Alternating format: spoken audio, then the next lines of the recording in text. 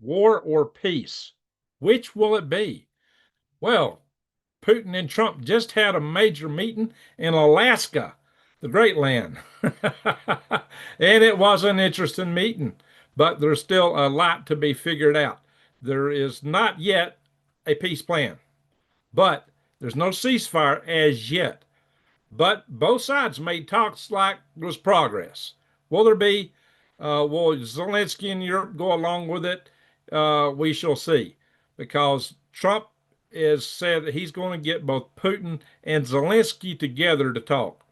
But they wanted to agree first and foremost to a framework because, quite frankly, there's the forces are pulling against each other in such a way that there wouldn't be peace unless something is forced. Now, here's the bottom line. Zelensky wants the Donbass back. He wants Crimea back, and Europe backs that. And Putin would like to take more of that. And Trump, well, Trump, he wants peace. He wants it to end. He wants to go down in history as the greatest peacemaker of all time. And that would be a good thing to go down in history as, right? But as we see, the tensions are definitely there. Now Trump forced Putin to the table, basically. And he did that with a combination of returning aid to Ukraine, which we didn't like, and by also saying that he would put all these extra sanctions on countries. I mean, not sanctions. He's going to raise tariffs. This goes beyond sanctions. He was going to raise tariffs on countries that are actually putting the buying oil, excuse me, from Russia, and that was going to hit Russia hard. That was going to hit them in their pocketbooks really hard, far bigger than the sanctions that Biden put on them, because it's their oil sales that's really running the train in Russia. So I want to just point that out. And so actually what happened here is that Putin actually asked for the talks. He asked to meet with Trump. So this was a little bit of a change, and it and it does beg some questions. Okay, New Day, should I wear a hat or not? Well, if it's that hot, I'd put my hair up. No, it's not that hot. It's actually cooler. That's why my hair's down. I got complimented from not wearing a hat the other day, so I thought I'd try it. So you guys tell me. But anyway, we have Colonel Cole in the house and quite a few others. So I'm gonna need some feedback from you guys. I'm gonna ask you some questions toward the end about some of my video content and things like that. Get a little feedback from you guys. But let's bang on with the news, and then we'll get into the chat room. It's what's happening. I'm going to turn to my laptop to see what's going on in the chat room, so that I can not be distracted by the time lag in the video here. I'm going to laugh out of New Days. That's not an answer, New Days. Anyway, so here's the bottom line. Europe thinks that they can hold on, and they think it's in their interest that Ukraine get back Donbass region. The Donbass region does not want to be part of Ukraine. Now, Ukraine sees it as, margin for them against an invasion, but the whole reason that Putin gave, and it fits with the philosophy of Russia from the time back to Peter the Great and Catherine the Great, is they felt like because all the land from Europe into Russia was just a wide open flat and made it easy to invade Russia, as Napoleon did, as the Germans did. Russia's been invaded, dozens of times. And as we well know, in World War II, tens of millions of Russians expired at the hands of the Germans. And now we got Germans goes, oh, hey, we're real happy. We'll run into Ukraine if there's a peace deal, and we'll secure the place. That's not going to go with Russia. Russia, that's what they fought for, was keeping NATO out of Ukraine. So putting NATO in Ukraine, it's not going to be an answer they're going to accept. And can you blame them? Can you blame them?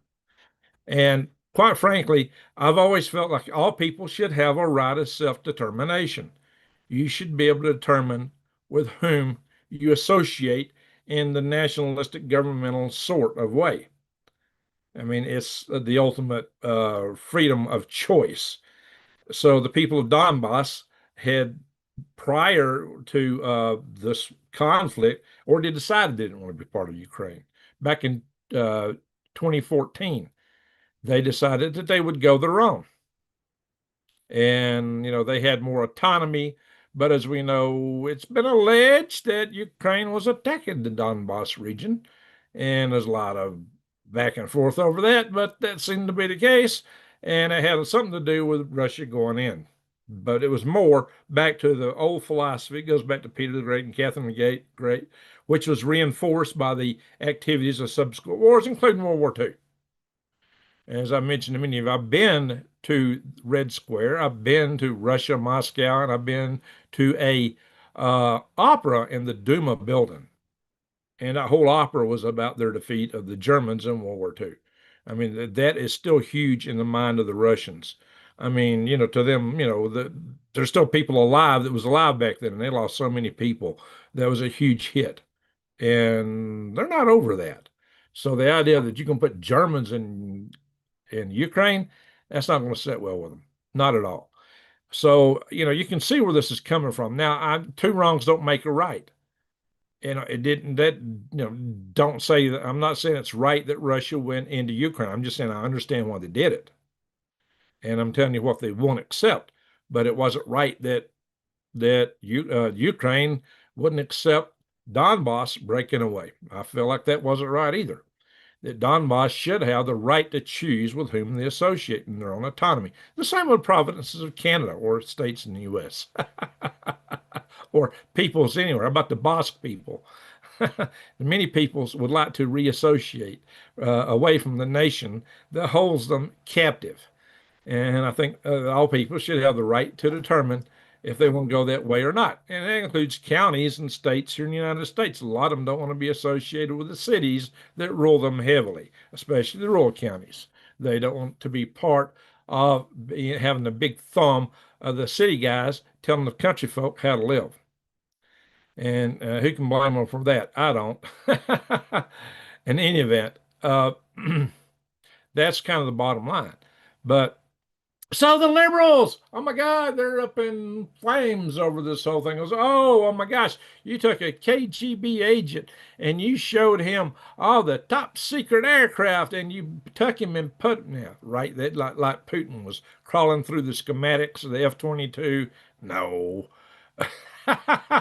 They're being ridiculous. They're just, they're foaming at the mouth at anything they can. They're hunting something to foam at the mouth over. They're also crying about such things as, oh, you let Putin ride in the presidential beast, the presidential car. And, you're going to have to tear it all apart and check it for bugs. Or he's a KGB agent. He didn't even know he was going to be riding in that car early on. So he had no clue what was coming. And I don't know, what can I show that? Anyway, so he had no clue that he was going to be riding in that car. But it was clear. Now, I've heard various instances ago because Putin got off the plane later. He was showing Trump. Well, if you look at it, Putin actually ran to Trump, basically, to shake his hands. So that really wasn't really such a play. A lot of people just hunting minutia to pick at. The bottom line is that, like I said, Trump really wants peace. He really wants peace. This is not an easy one to get. He thought he would get peace earlier by holding back funding from Ukraine, and that's what everybody thought. But then Europe came around, oh yeah, well, we'll put money, we'll put stuff in Ukraine, you keep going. So Zelensky felt empowered to keep pressing. But the truth of the matter is, the United States will still, even after that, even after Europe said they were going to fund them, even after Trump said we weren't going to fund, we provided 2/3 of all the funding and weapons that went into Ukraine. 2/3. So if we really held back, it would really pinch them. If Europe cares so much about this, let Europe take care of it. This is a European problem. And if Europe really wants to push that, then we should walk away. I think we should dust our hands. I said this a long time ago, and I stick with it. We should dust our hands of the whole thing and just walk away and let them have at it. Russia, outside, if we backed away from this, and if we pulled out of NATO, because if NATO gets into it, then we're treaty bound by Article 5 to get involved. If we pulled out of NATO, Russia would not be a threat to the United States. That's my bottom line. There might be a threat to Europe, but really and truly, Look how they're struggling in Ukraine. Russians can't invade and hold Europe. They don't have the manpower, and they know it. And Europeans ought to know it. But NATO, I think, is really chomping at the bit for war. That's what I really think. Now, you tell me if I'm wrong. You tell me, do you believe that, one, I want to know if you believe that Russia actually would invade. Now, they might take Estonia and Latvia and Lithuania. They might would want to do that. But beyond that, I can't see them really going to the rest of NATO. If you think they would go in and invade Poland and Germany, put a one in the chat room. If you think they wouldn't, put a two in the chat room, because I'd like to see what you think about that. I don't think they would, even without the United States being part of it. They might take Moldova, Lithuania, Estonia, Latvia. Probably, but if NATO's really behind them, probably not. But I'm really wondering, because, look how they're struggling in Ukraine. Why in the world? They would be hard pressed actually to hold the entirety of Ukraine under submission, because they don't have all the wherewithal they had back in the old Russian days. I don't see Russia being a major threat to the bulk of NATO, except for those few countries I mentioned. Now, I would say those countries have the right to self-determination too. But is it our place to figure that out, or is it the place of the Europeans? If you think the United States should be the world's policeman and get in there and be the ones that's holding the line, then I'd like to see you put a three in the chat room. If you think not, I'd like to see a four in the chat room. Europeans have the collective economies of Europe are bigger than the United States. The population of Europe is bigger than the United States. They have more treasure than us. We are $37 trillion in debt. And unless something big happens, we got no way to really pay it off. The interest on our debt is now higher than the cost of defense. That's one reason that Trump is trying to push Jerome Powell to lower the interest rates. But he don't want to do it because he hates Trump and he doesn't want to do anything that helps the administration. So he's damaging the whole country. So I'm with Trump that Jerome Powell should ought to go, because it's costing you money. It's costing me money because Jerome Powell's got a burr up his, you know what I mean?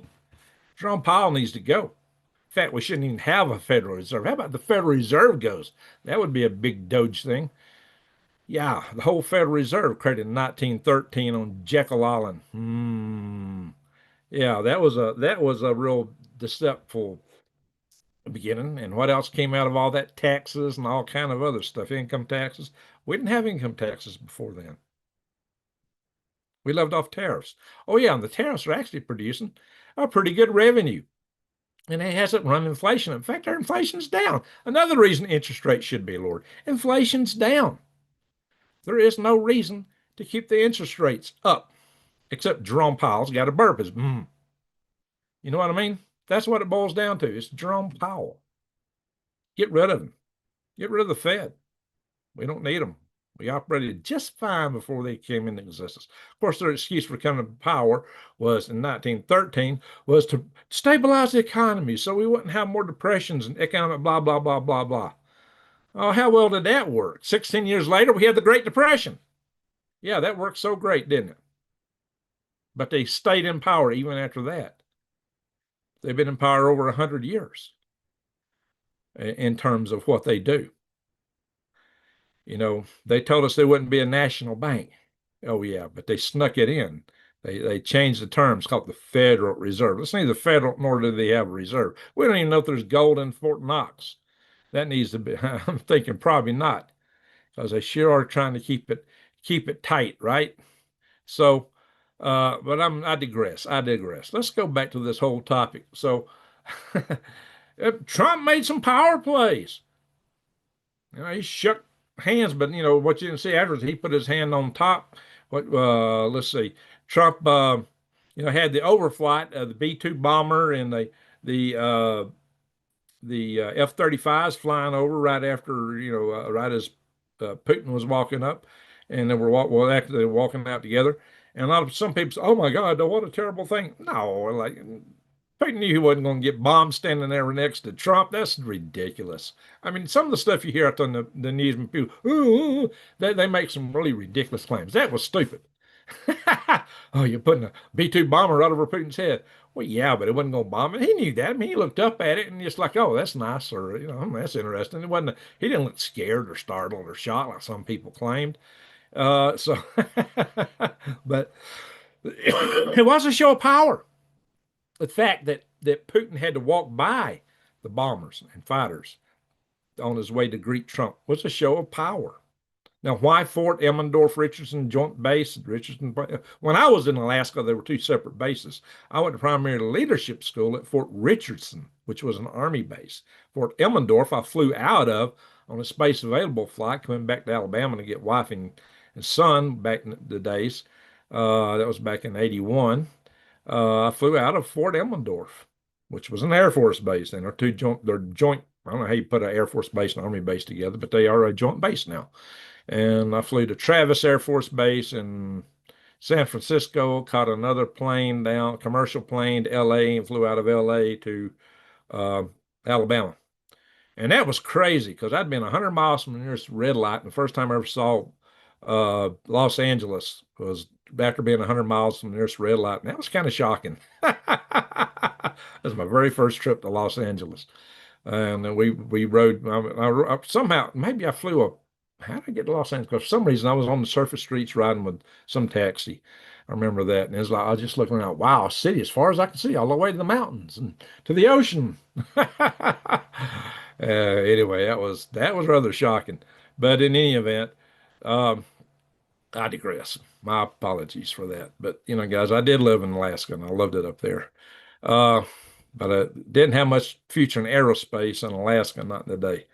So I came back to Alabama. I went to Alabama to go to college.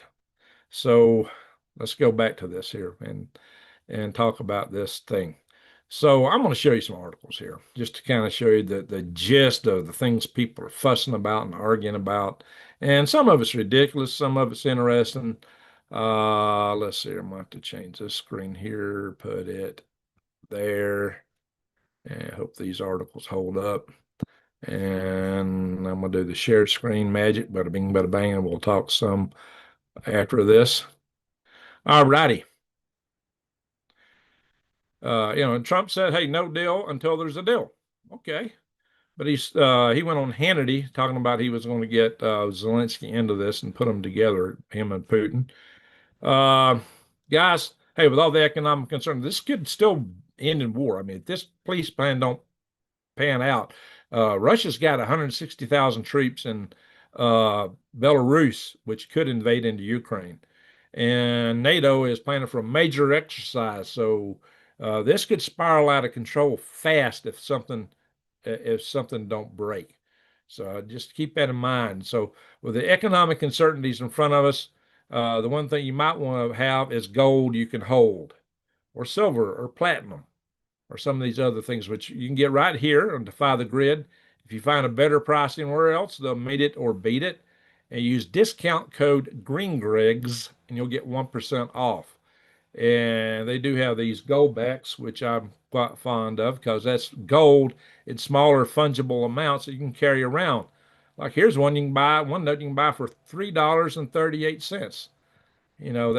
That's a half of a thousandth of a troy ounce or something like that. So this is 1,000th of a troy ounce here at six. Hey, look, guys, this is about the price of a loaf of bread. I mean, you could barter these things and without having to shave off of a bar of gold and having scales to weigh it and all that good happy stuff. And their artwork, they change them. They're beautiful. They're pretty. It's pretty amazing what these gold backs are. So check it out. But you can also buy rounds, bullion, all kind of stuff there. Silver, platinum, they even got silver equivalent to the gold backs now. I only call them silverbacks. That's what we used to call our dollars. So, yeah, yep, silverbacks. Hey, look at that one with a dragon on it. Anyway, a lot of stuff. Let's go back to the news here. So here's one of the crying articles. I think obsessed is right. Daily Beast. Trump gives Russia up close look at top secret weapon. Talking about the F-22 here. everybody can see pictures of this thing. He didn't get into more than an exterior view of it. He didn't see the schematics or know any of the details. There's nothing more you can see from sitting at that vantage point than a zillion pictures of it that's out there on the interweb already. So this is just somebody trying to cry here. That's all it is. It's just, it's nonsense. Well, there's a lot of these nonsense articles out there. Here's another one. Here's another. I just want y'all to see this nonsense is really out there. Truly shocking security fears. Trump, takes off with KGB Russian spy in his car, basically. Actually, it looks like Putin was kind of thrilled to get to ride. I mean, there's some security concerns. I mean, he could have just whisked Putin away and took him to the brig there at the base. But Putin knows better now. He knows what Trump wants. So that's why he trusted him to go there to a military base. Some people, oh my God, he's going to a military base. Well, there wasn't a lot of places you could have security in short order there in Alaska, so they chose a military base. And Alaska was a good, kind of middle ground to meet in between Moscow and Russia. It was on American soil, so that was to the United States' favor. Now you can see here Trump with his hand behind Putin. That's another power play move, uh, by the way, in case you didn't know it. A lot of power plays and how they met and how it all went out. So, and that's what this article claims they're a power play. And they're talking about the bombers flying over and said, yeah, it was a power play. It's like, look, we got the best military in the world. Our bombers, the B-2 just went to Iran with F-35s and flew in and out, and flew, all the way from the United States over there and back and weren't even detected. So now here's Putin's face when the flyover took place, and he's just looking like, yeah, that's interesting. He don't look scared. He don't look shocked. He just thought, well, that's interesting. Yeah, he never saw those planes in person before. Can you blame him for taking a look? I would have. And Trump, just another day in the office.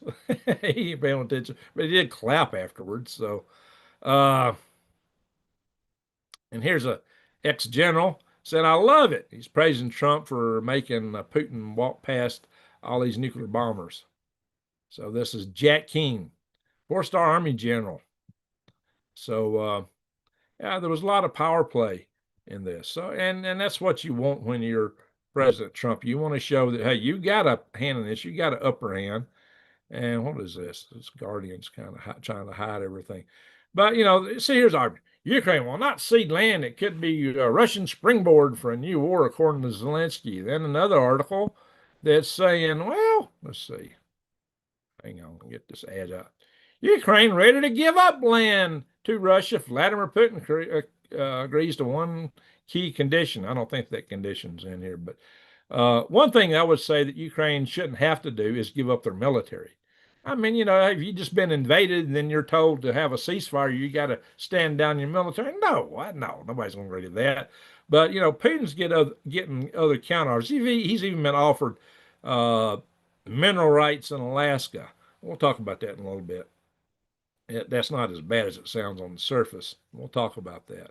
So just remind me not to forget that, maybe after I show these articles here. Because there's some real advantages to a return to normalcy between the United States and Russia, and they're really more advantageous to the United States. Germany and allies to send major military package to Ukraine using the new NATO supply line. There's also an article, I don't think I pulled it up because I thought this covered it, but it don't, about how the Germans were going to go into Ukraine.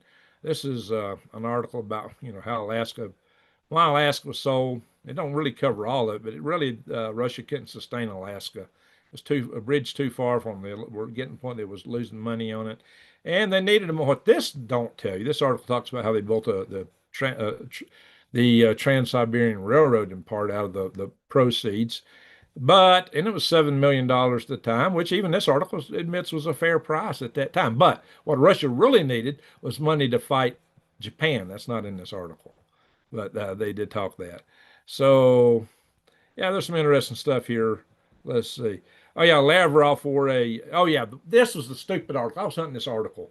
There was an article that was really just totally stupid out on the internet. So I can't believe that something this stupid got published. Lavrov wore a USSR sweater. And one article came out and says, well, the USSR sweater, he's wearing that because he wanted to make a statement that Alaska belonged to Russia like it did when they had the USSR. And I'm like, oh my God, you are totally ignorant. You actually wrote an article and it got published and put out on the internet. Is that stupid? The USSR did not exist at the time that Russia owned Alaska.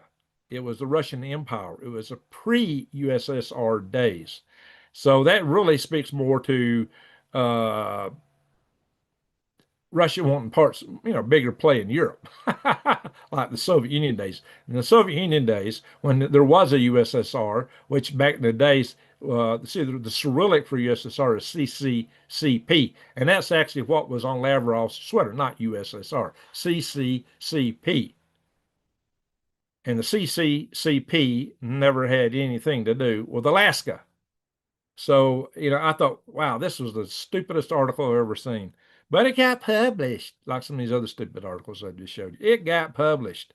The editors and the whole staff of the rag that put that out are just totally ignorant, which is typical of journalists. Typical of journalists. That's why you come here to listen to Green Greg, because I know a little bit about the world. The geopolitics, military strategies, and such. Alrighty, guys. So nobody else tells you that.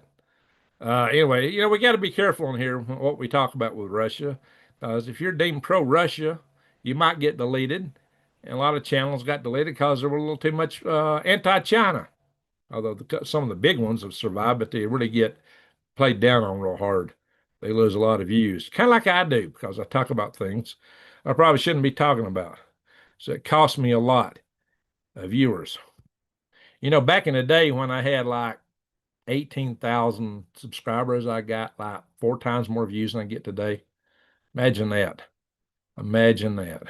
So tell me that YouTube hasn't throttled me back. And that's something I want to ask you guys about, because I put out a couple of videos that really didn't get a lot of exposure, and I'm really wondering why. But anyway, now there's we got warhawks in the United States who really want to push things. And this article is, well, the USA could wipe out all of Russia and China within 2 hours. We could take out all their launch pads and all that stuff. Yeah, well, maybe, but do you think Russia and China is going to be sitting on their hands for 2 hours while you bomb the snot out of them and not do anything? What kind of stupid article is this? Report title, Masters of the Air, Strategic Stability and Conventional Strikes. Written by Dan Plesh and Manuel Galileo. Galileo! Gosh, guys, can you believe it? You think Russia and China would just sit on their hands for 2 hours while you bomb the snot out of them? I don't think so. They're going to be launching stuff too. And if you're doing that to them, that's a decapitation strike. Yeah, they're going to launch everything they can launch, which includes nuclear weapons, strategic nuclear weapons.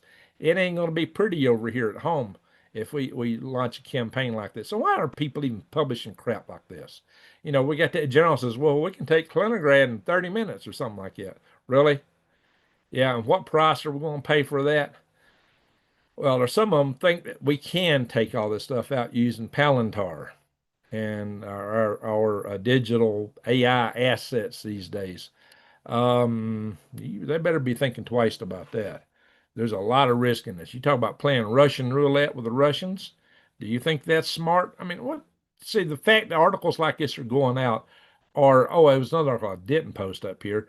It's talking about why our leaders should prepare us for nuclear war. Well, they should tell us to get ready for nuclear war because who would have one? But that article was actually kind of advocating on nuclear war. I mean, there's really people out there that are pushing for this stuff on our side. Believe it or not. There's all kind of political pundits that think that we ought to just go to war with Russia and China. Well, why? What's going to leave? What state are these nations going to be in after all three of them? This will be obliterated. Yeah, somebody might still be kind of sort of left standing, and that's all they care about. But the devastation to the people is going to be immeasurable, and it's stupid. People that talk like this are they're traitors to mankind, in my humble opinion. Yeah, we got to be able to defend ourselves, but that's not defensive language. That's aggressive first strike language. And when you put language out there, what do? You put Xi Jinping and Putin on notice. And what's Putin's philosophy? If you think you're going to be hit, you hit first. And that's probably ours too. So you get a trigger finger. In this day and age where we have hypersonic weapons that can reach each nation in a matter of a few minutes instead of we're only got ICBMs that it takes, 30, 40 minutes to go over the poles and hit the other country. And you got lots of time to sit back and figure out, is this a real attack or not a real attack? And then once you figure it out, you can act accordingly. Well, you know what? We had that luxury in the 80s, but we've lost that luxury today. And we had to exercise that luxury because we had several close calls and false alerts back then when we thought we were under attack and we weren't. Russia thought they were under attack and they weren't. Luckily, it wasn't a case that you had a few minutes to decide. We're not there anymore. Hypersonic weapons have changed that, unfortunately. That's the downside. That's why you got to really be ready, my friends. That's why you've got to be prepared. That does increase the likelihood of an accidental war. You got to remember that even when Bill Clinton and oh shoot, what was his name? Yeltsin were all hugging and kissing, being facetious here, but they were all buddy, buddy, buddy, and trying to make peace between the two countries. What happens?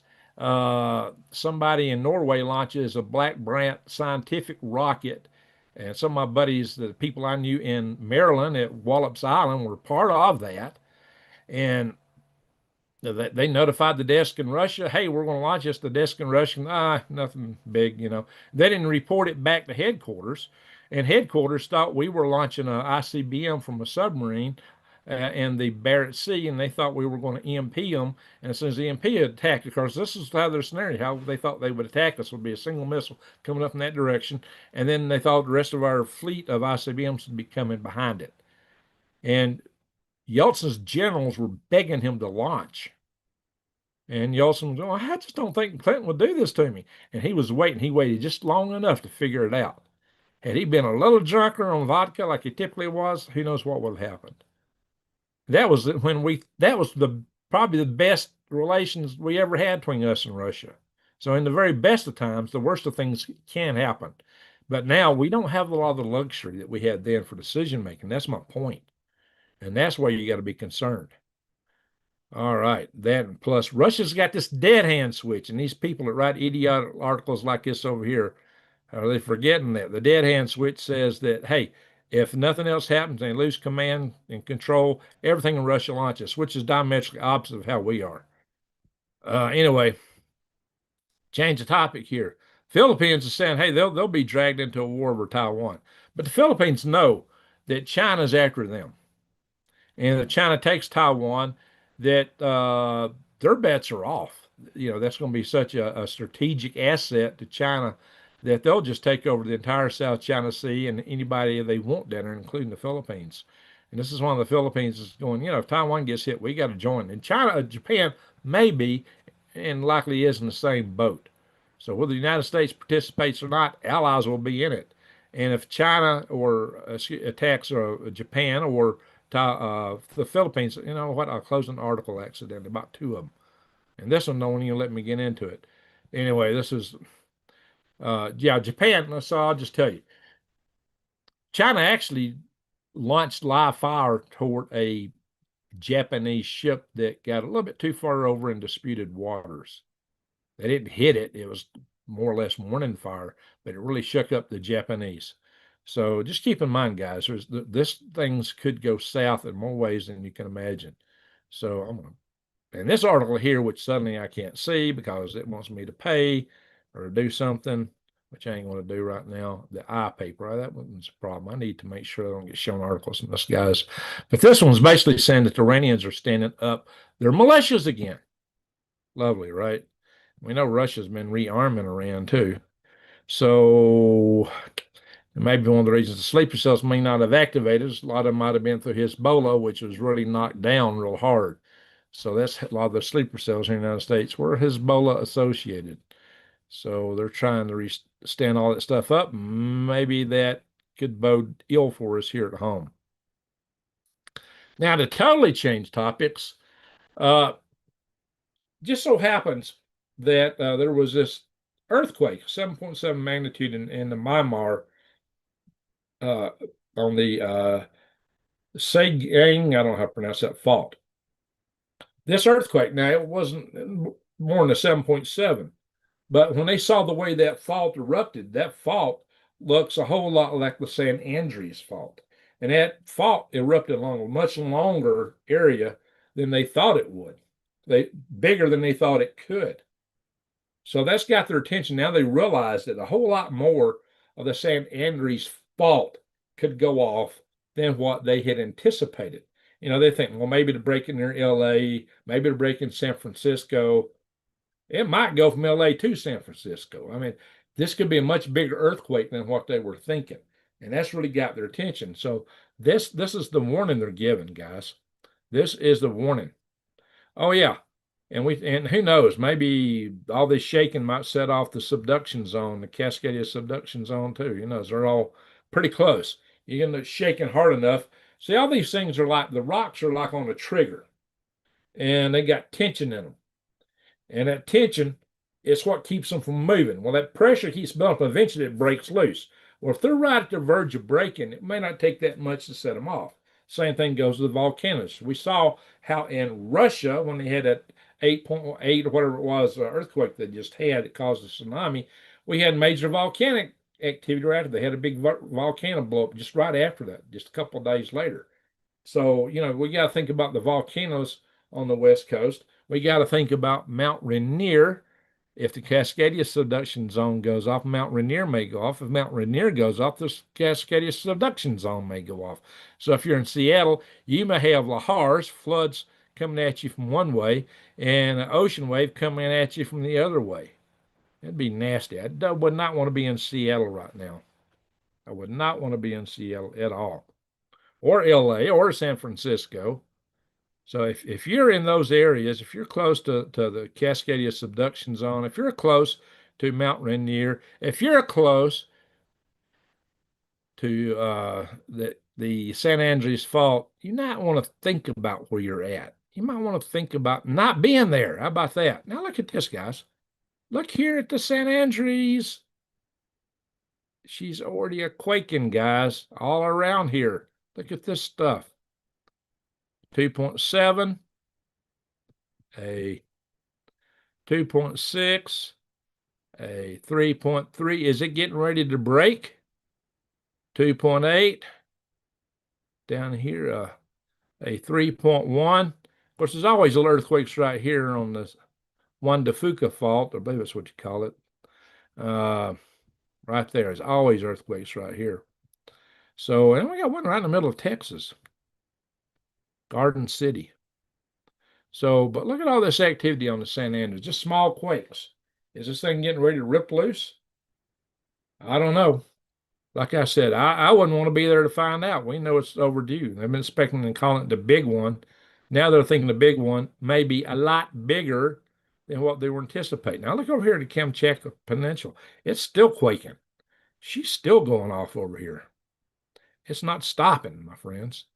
I mean, they're having all kind of aftershocks. You got to remember when the New Madrid fault went off, there was earthquakes for months. Months. That was the biggest one in the United States, and it went on for months and months. Look at all this.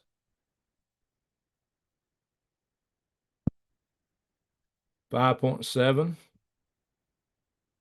4.7, 4.6, and got one up here. 4.3. I mean, the Ring of Fire has been really banging up all around it lately. It's like something is going on. The whole Ring of Fire seems to be waking it up. A lot of people are noticing a lot more activity on the Ring of Fire. I don't know, my friends. Now, we're going to talk about economics with Russia. We're going to talk about war and peace here in a minute. We're going to get back to that because I'm almost done with showing this stuff here. And then we're going to talk a little bit about just the channel. All right. The sun don't look too bad. There's not major spots facing us at the moment. Don't mean we won't see more. Here's an article contemplating the geomagnetic storm's effect on blood pressure. Look at this, guys. There are any maps. Look at that. Oh, what happened here? Oh, I went to science paper on it. Guys, this maps. Is that scary? There's your Schumann resonance, which is created by thunderstorms, incidentally. Uh, we got a lot of asteroid activity going on. Look here, we had one come in between the Earth, halfway between Earth and the geosynchronous satellites, just a tenth of a lunar distance from Earth, just a couple days ago. But it was only 2 meters in diameter. It's going 10 kilometers per second. Pretty fast. Well, look, this one is coming in today. The eight, let's see, today is no, this one's the one that's coming in today. That was yesterday now, the 15th. So today is the 16th. So on the 18th, we got that one coming pretty close. On the 18th, we got one coming in between the Earth and the Moon, but it's still going to be close to the Moon. I wouldn't look to any of these to hit us, but just it's interesting. It's interesting when it come in like that. That's a small one. It would blow up in the atmosphere. And these are, basically 10 meters, 30 feet. They would probably blow up in the atmosphere too if they hit. If you get 30 meters, you're going to have a chill of banks or something hitting the ground, you know. So there's a threshold. It's around 30 meters. So I wouldn't be too concerned with these, but it definitely gets your attention. Now, beyond this, there's really nothing on this chart that we know of that I would be worried about. Let me just put it that way. I'm going to stop the share. I'm stopping the share. I won't bring the channel. I was just going to jabber and make racket at first. All right, my friends. So we're going to talk War and Peace, and we're going to talk about this channel just a little bit. And then we're going to go on. I guess one more when I let my hair down. Might put it back up. It's only in the house right now, about 70 degrees. Yeah. Got one window open. I closed it earlier because the wind was blowing. It's cooler outside. It's in the 60s outside. It cools down at nighttime here. I usually open the windows up, let the house cool down, so it don't get as hot in the daytime. That's what I usually do. Anyway, so War and Peace. Zelensky is problematic. Zelensky really he wants to keep Donbass. He wants to keep Crimea. And the Russians have got him. The Russians are still gaining ground slowly, but they're gaining ground. Russia's winning the war. Russia's got 160,000 troops sitting up in Belarus right now. If they unleash those troops on Ukraine, Ukraine's going to have a really tough time. So Russia, when they first went in, they took a lot of land at first and lost it real quick because they weren't prepared for sustained combat. They thought they'd go straight into Kyiv and the war would be over in 3 days. And they got surprised that didn't work out too well. No good plan survives first contact with the enemy. You got to remember that. And so here we are 3 years later, and the war is still a slog fest. Russia's losing a lot of people, but their recruitments are actually up. Russia is building a lot of munitions. A lot. They're building more than Europe and the United States together is making about threefold faster. So Russia is building a lot of ammunition.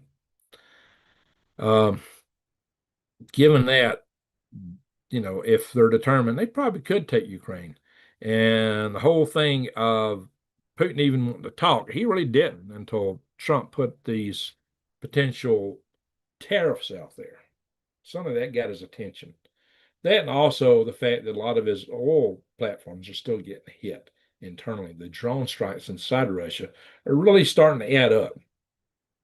So, and also the fact that there was that tsunami I mentioned a little earlier, which took out a good portion of the Russian submarine fleet that was at that Kamchatka Peninsula. So the Russians are suffering in that regard. That's why there's a lot of chatter right now about hitting them. A lot of people say, this is the best opportunity we'd ever have to hit Russia. Why do you need to? How about an alternative? How about making peace with Russia? Russia just don't want to be invaded. Let them keep Donbass. Donbass and Crimea want to be part of Russia. See if you can make a peace based on that. So, hey, you keep this and you get some other things and stop the war. It might work, maybe. Europeans, they meddled in when Trump first started this. They meddled in it. They stopped it by making promises to Zelensky. You got to remember when Zelensky first pushed back against Russia and had more land then than they got now, because Russia's pushed back again on them. Zelensky and Putin were close to going to the negotiating table. They were negotiating a peace deal. Boris Johnson in the UK went to Zelensky and said, "Don't do it." And now look what happened. 3 years of war more, lots of people gone, a lot of carnage. Now Putin wants to take more. Zelensky thinks he can take stuff back. So they both got, it's not pretty. Europe still wants to meddle with this. They want the peace terms to be, hey, we put troops in Ukraine, which is that's why Russia went in the first place. They didn't want to see Ukraine go to NATO. So why does Ukraine have to have a path to becoming a member of NATO? I don't think so. NATO wants them that bad. Maybe they don't need us. Like I said, we need to be seriously talking about pulling out of NATO, in my humble opinion. What does it really buy us? Oh, we got these allies. These allies are dependents. No, the ingrate dependents. The kind of dependents only take from you. What they give back isn't worth what we give to them. It's the balance sheets are not in our favor. And we're fighting for a land that's a lost cause anyway, because they're going to be taken over. They are the demographics for what's happening inside of Europe says that Europe is, unless they make some major changes like Trump's trying to do here, Europe's going to be a lost cause. Why should we risk a nuclear war for them over a territory that don't want to be a part of the country that's trying to fight for it? We're talking about Donbass and Crimea. Why should we risk nuclear war over that? That's my bottom line. If Europe wants it, then let Europe do it, because Europe's got more people and more money. They should be able to defend themselves. If they think that's important, that should be their job, not ours. That's my humble opinion. If you disagree with me, put a 5 in the chat room. If you agree with that, put a 6. Let's see what y'all guys think about that. But I really think that we need to pull out. Now, the prospects that this war will continue, I would say, I hope I'm wrong, but they're probably greater than 50%. It's probably more like 75%. But there's a chance that the peace will be made. Now, here's the case for Russia. Russia and China actually have something, Russia and the United States actually have something in common. Biden administration really drove Russia into the bear into the dragon's lap. But we've got something in common, and so does Europe. The greatest threat to all of us isn't Russia. And the greatest threat to Russia, they have the same greatest threat. It's China. China wants Siberia. China wants a lot of things. China is a threat to all nations. A lot of them just hadn't figured this out. China has huge ambitions. And a lot of people are talking about, oh, China's falling, China's this, China's that. China's building more mega projects right now than you know what to do with. They're building a Pentagon equivalent that's 10 times bigger. They're building dams out the kazoo. They're doing all kind of research into fusion energy, into robotics. And oh yeah, remember those 2 pieces I did on creating kids in laboratories and how the robotics, they use robotics to basically take over the world? Y'all thought that was crazy? It's happening.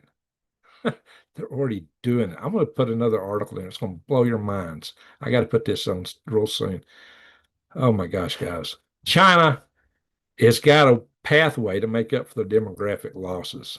Yeah, China might be in a little bit of a tight right now, but if we really put up the sanctions on them, they'd be in more of a tight. Oh yeah, one of the articles I showed you I didn't really talk to is I put up a minute ago. Basically, according to Trump, Xi Jinping told him that he wouldn't invade Taiwan as long as Trump was in office. I don't know if that's true or not. It could just be Sun Tzu. You're not going to tell somebody if you're going to hit them, hey, I'm about to bust your nose. Do you do that? No. You just Pow! Right? You know, I'm going to black your eye. No, you don't tell nobody that. You just do it. You know, if they were going to hit, they're not going to say it like that. But there might be something to it because Trump's, there's this idea, and it's considered something of a geopolitical virtue to have a president that's unpredictable. One you think just might do something, like Nixon or Reagan.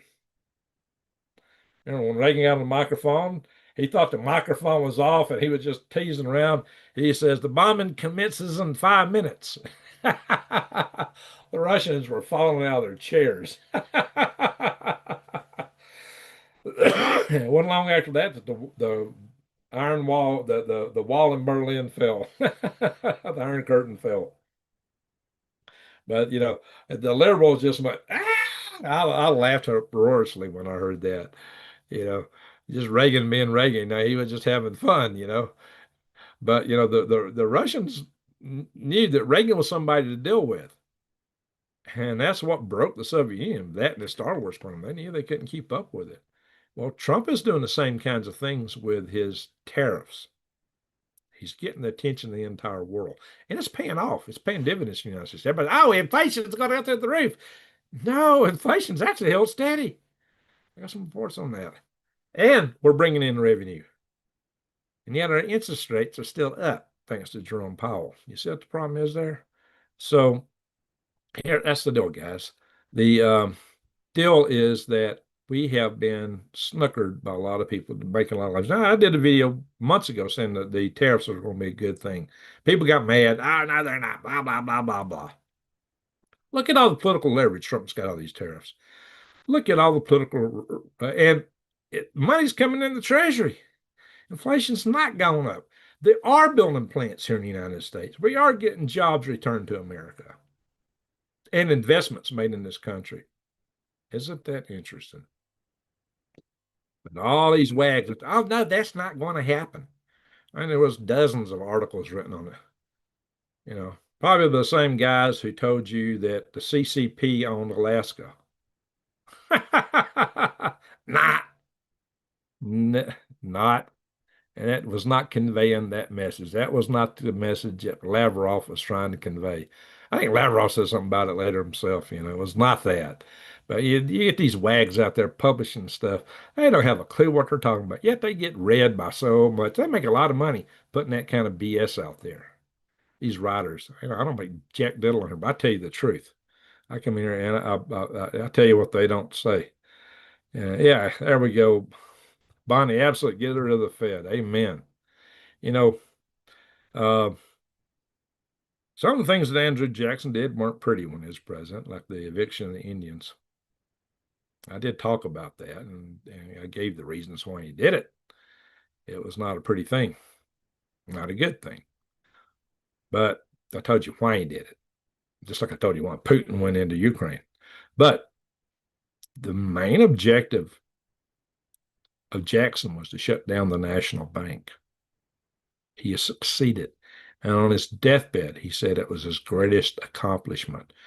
The United States grew faster after that, especially at the end of the 1800s. Our economy was booming compared to where it had been. We went from nothing to an industrial superpower during this time. And the Fed has not helped with that. That was prior to the establishment of the Fed. Of course, it was established so to stabilize the economy. Like I said, 16 years later, we had the Great Depression. Yeah, some good that did, right? And, our economy hasn't exactly been stable since, has it? So, yeah, it's the stuff they pulled over on you so they can seize control. It's all about control. So, where's Andrew? We need an Andrew Jackson back today to take care of the Fed. And maybe Trump will do that. Maybe that's one of his, he hasn't been president that long yet. Maybe that's on his agenda. Now, I'm not happy with this. I'm not at all happy with this stuff about the Epstein list. That's a whole nother topic.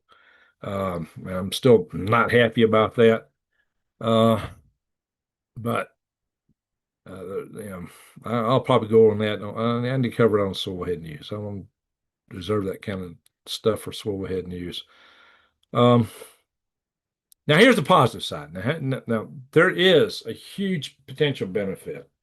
Like I said, Russia and America have the greatest threat we both face is China. Russia knows that, but they've been forced into China's lap just to deal with us. Maybe Trump can change that. If Trump can wean Russia off China, that would be a far greater accomplishment than a peace in Ukraine. Far greater objective, because it would do more to secure our geopolitical future. Because, like I said, Russia's not geopolitically a threat to us. China is. It's because China is growing. Now, yeah, some people say, what? We got better airplanes. We got more aircraft. We got more aircraft carriers. Or they may have more ships, but we've got more tonnage. That's all true.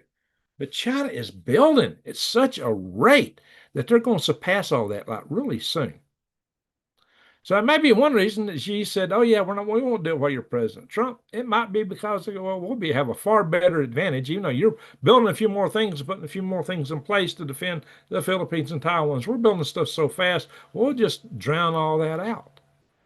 I did some research on AI back several months ago that pointed all this stuff out. That the longer we wait to have a war with China, the worse it's going to be. And this analysis made it sound inevitable. Even if we sit back and then take Taiwan, we're still going to have to deal with them, and it'll be more on their terms. It'll be harder. The further along this goes, the harder it's going to get. Let's hope that don't come to that. I hope that the CCP falls out of power. But we're not really seeing it. There's a lot of people, a lot of YouTube channels out there, claim that Xi was going to be gone, that he was, pushing daisies up already. And that's the furthest thing from the truth. He is still in power firmly. And China has still got strong prospects. And some of these channels reading, so well, China's only got 300 million people. That was a bunch of bull. China don't have as many as they claim. They claim like 1.4 billion. It might be closer to a billion. They've overreported. That's true. But they're still very formidable country. And they're making changes that's going to make them more formidable. And that's what we got to be aware of. And so all these other channels are throwing that stuff out. That's just wishful thinking. It's clickbait. They're trying to get views. And some of them believe that stuff. But, if you want to watch, if you want to find out about China, watch the China Show. These two guys that lived in China for 10 years and married Chinese ladies.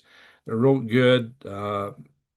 Shoot, they got their YouTube channels individually got funny names to them. I can't always remember the names. Shipanazi or something like that. Lahao, I don't know. Yes, they got funny names on their channels. I can't even pronounce them, but they got good channels. And the other is China Uncensored. Uh, China Uncensored is a really good channel with Chris Chappell. He really knows what's going on over there. He's got good research, good sources, and they don't support that narrative at all. And neither does my research. And I showed you what China can do, and it's shocking. Ain't nobody else told you what I've told you, but I'm gonna have to show you the rest of the story that's starting. What I warned you guys about just a few months ago is starting. I mean, it sounds so off the wall, nobody believe it. But China has got a lot of mega projects going, including big space station, including they're building a moon rocket, including they're planning to put a nuclear reactor on the moon and build a moon base, which now that got our attention. So now we decided to return our focus to the moon, fortunately, especially since SpaceX can't seem to launch their Starship. And it's quite possible, according to some aerospace engineers, that it'll never work. So, and we were relying on that to go to the moon. We need to change plans. So SLS, this rocket was almost got canceled. It's probably going to have a little bit more life in it, but ultimately it's not the way to go. But we need to get the moon. So anyway, I did a video saying why if we don't go to the moon, we're going to be in huge, deep kimchi because China can put a mass driver on the moon and just raster scan fire basically something with the power of micro nukes with no radiation all over the United States. Yeah, it would be, we couldn't do anything about it at that point. We'd just be obliterated, and they'd just be sitting up and laughing about it. I've explained that, how that can be done, and that is a very scary proposition. We should not let them be alone on the moon. If they're going to be on the moon, we need to be there. just so they don't pull some crazy stunt like that. And I think our Space Force is who ought to go to me. Not NASA. I think it should be the Space Force. That's my humble opinion. Or at least the Space Force should be part of it. They should be there too. Anyway, so all that said, I want to chat here in a minute. I'll catch up what you guys are saying. I got to get in bed here in a little bit. And I'm going to be working on proposal reviews all weekend. I've got a lot of work to do at work. And I've been working full time. I'm trying to get my homestead going. And I was taking classes for 2.5 weeks. That's why you're not seeing much of me. I will return in more force when I get this stuff behind me, including this proposal review I'm doing. I'm actually reviewing communication satellite proposals, laser optical link satellites for a commercial space station. That's what I'm doing right now. And they just shoveled a whole bunch of stuff at me. It's more than I can chew on. It's like 9 contractors bidding, and there's just tons of documentation to go through from each one of them. It's like, I'm supposed to do this in a week? No, it's not possible. But anyway, I got to do best I can. So that means that's about all I'm going to be doing here for the next uh, many days, next week at least. So I do want to make a couple quick videos. So you may not see any more videos like this. I may not be live or anything that's covering all the news. And I really shouldn't have done it tonight. It's just that, just from my own personal standpoint, I shouldn't have done it. But this thing coming off of Trump and Putin meeting, it's just hard not to come in here and talk about it. There was so much going on, and I was really tempted to come on here earlier. But you heard so many things this way, that way, all these counterclaims, such a bunch of boulder dash, a bunch of hogwash. That I thought, you know what, we'll just let the meeting occur and see what happens. Now we're seeing they didn't reach agreement, and most people didn't think they would, but at least they've agreed to carry things forward. They think that they got to get basis. Both Trump and Putin are saying. Of course, they could just be playing to the optics of their home front, and we could still have a major war. Let's hope not. But what I didn't say, the point I was going to get to, and I didn't make it, where I've been trying to go here. Russia has a lot of oil fields in the Arctic. These oil fields have to keep pumping. If for some reason they shut down, this oil freezes in these lines, and to repair them is a major ordeal. Basically, Russia doesn't have the technical wherewithal to do it. And Russia has really short-shifted their colleges, their schooling. Russia's had some really brilliant scientists, engineers, and technicians, but they're not sending people to school for that stuff anymore. They've cut the budgets on that stuff. So Russia's kind of cut their own legs out from under them for the future. And they didn't have the Americans were over there doing that stuff for them. And now they don't have that. Russia is a nation full of resources. China's been licking their lips that, oh, yeah, we'll go in and we'll set all this stuff up and then we'll take it. And Russia knows that. They might make a deal with the devil just to kind of get a leg up, but then it's going to cost them everything. Americans have the know, they got the wherewithal. So even though the United States might make a mineral deal with Alaska, the reciprocal deal, where they're going to need us in Siberia and the Arctic regions, is far bigger. They need the United States there big time, and they know it.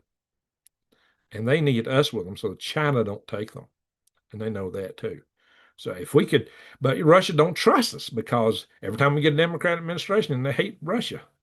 Democrats hate Russia. Man, because probably it's not communist anymore. I don't know. But the case is that we need to come up with some way to have an enduring, lasting peace, a reciprocal relationship that can benefit both sides. And there's a lot more in it for the United States than there is for Russia. We can say, hey, Russia, we'll go and we'll help you. We'll get you on your own feet, and you're going to make a killing. Siberia is loaded with resources. I mean, look, we're just discovering lithium right here in Connolly, United States, an area that we've known and mapped and traipsed all over, right there in, Washington, Oregon, Idaho area, whatever that, where that old volcanic caldera is, they're meant, whatever, what they called it. Well, they found out lithium. Yeah, we just discovered that. Siberia is far less explored. It's a howling wilderness. And then they got all this Arctic region. These areas. Now you think about it. What they call the Siberian Traps. That whole area was volcanic back 250 million years ago. There is all kind of minerals in there that we don't even know about. Russia don't know about them. They can't export it. And if they did export and knew what they had, they couldn't develop it. They ain't got the wherewithal. And if they partner the United States, unlike now, so when Russia fell, when the Soviet Union, the CCP fell, what happened, unfortunately, was a bunch of vulture venture capitalists went in and tried to take everything, pennies on the dollar. And that's why Putin, that's part of what launched Putin into power. And it was Russian nationalism. We shouldn't do that again. We should make an agreeable deal. Russia, this is yours, but we want to, if we come in and help you develop, let's get a slice of this pie for helping you out. You see, this could be huge to our economy, can make up for our lack of these minerals, these rare earth minerals that China is trying to capitalize on, and could put us way ahead and put Russia ahead. And it's increased the security. You know, China is not nearly as strong if Russia's on our side. And then they're going to have to think real hard about being a bad boy on the global stage, well, especially if we win India over too. We've not been finessing that very well. We got to work with India and with Russia to have a true strategic alliance that can prevent China from really being such a bad boy and doing some of the stuff they want to do. So that's my proposition there, and that's why that strategically, from a geopolitical standpoint, it makes sense. But we got to get over this hurdle that we've had where there's been so much mistrust built up, and that's really it. So a lot of people have really chapped it. Well, you know, like Putin, you know, Trump clapped at Putin, a war criminal. Like I said, there's reasons Russia did what they did. I'm not saying, you know, two wrongs never make a right, but I understand why they did it. And it's for the security. Russia has been invaded so many times. I've explained that in many videos, why they did these things. Like I said, not that I agree with it, I'm just explaining it from their standpoint. But it's time that we figure out how to break this cycle. Bottom line is, in a world that we live in today, with proliferation of technology, we got to find a way to get the hatred down in the world. In a world with such hatreds as we have today, with technology proliferating the way it is, none of us are going to survive. Drone technology, biotechnology, all these things will be at the point that's like giving any small group of people, you know, a nuclear arsenal, a giant nuclear arsenal. How do you survive that? You don't. Watch the movie The Forbidden Planet and you'll understand what I'm talking about. We're basically, we may not have the kind of technology that was talked about in that movie, but we're close enough to having the capability to wipe ourselves out, unfortunately. Very, very close. Technically, it's basically here. That's a scary point. It's basically here already. We've got to change the way we live and operate. That was a supposition of a video I did several years ago called A Nuke in Every Pot. That was forecasting. And yet I had another technology in mind, which I'm not talking about right now. Another technology, which is even far more powerful. There's some stuff I know about that really keeps me up at night that I don't talk about. So you want to get a hint of it, watch Ashton Forbes. Then get a hint of what I'm talking about. There are technologies that we can tap into that are mind-boggling. I didn't want to even mention them when I did that video on Nuke and Every Pot, but that's exactly what I had in mind. I talked about bio, I talked about this and that and the other, but there was something else that was really keeping me up. And what I was talking about wasn't it. I didn't want to talk about it because it is truly scary, and I didn't want to pull the genie out of the bottle. That's what it boils down to. I hadn't seen any chat on the chat room here since Jason made a comment some time back. Let me see what's going on in the other chat room. But anyway, that's the bottom line, guys. So before I go into the chat room, I want to talk about a couple other things. Well, let me go in the chat room and talk about these so I can see what you guys. Okay, there's a comment. Hey, good morning, Nicholas. All right, let me go into the chat room on the computer now. That's easier to see. I basically keep the phone one open so I can see if I get a super chat, which hadn't happened tonight. Don't look like unless now I'm watching this one. I might switch over and see if somebody sent me something on PayPal. That happens if Kim Possible's in the house. I don't know if she's in the, oh, Kim Possible? Is she in the house? Thought I saw her name ever. Yeah, she's in the house. So let me check the PayPal because I like to give credit where credit's due. Sometimes Kim Possible don't say hi. Hi, Kim Possible. How you doing? So let me check this. And I just like to, I'm gonna give credit to Colorado Jan. Is she in the house tonight? I got to go through and see all's here. And I'm gonna ask y'all some just generic questions here in a minute. Oh, I gotta log into it. Hang on, guys. Take me a few minutes here.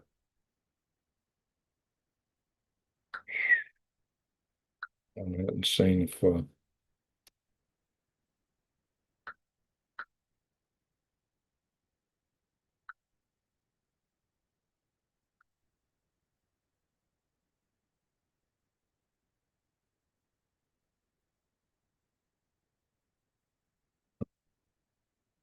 see.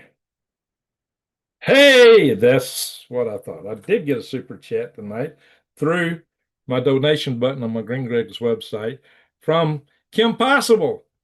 Every time I've seen her in the chat room, she's always popped in. So salute to Kim Possible. Thank you, Kim.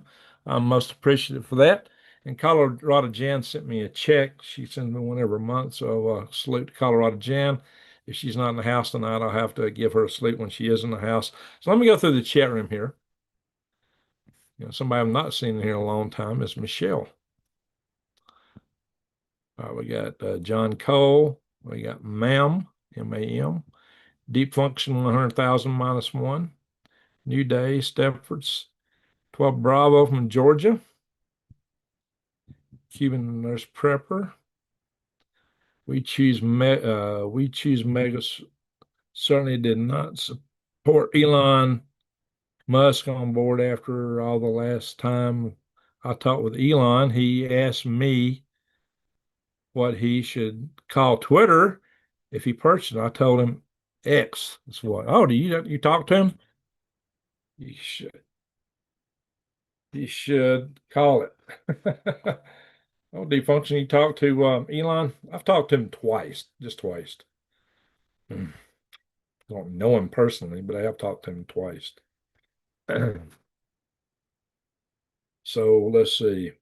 Well, not Fort Knox. Yeah, I don't think so. Oh, you were stationed at Fort Knox in 85 and 86. Wow. Knew there was no go big show. That wouldn't surprise me. Wouldn't surprise me at all. Yeah, that's my suspicion. That's why they're not allowing anybody in to see it, probably. It's all a hoax.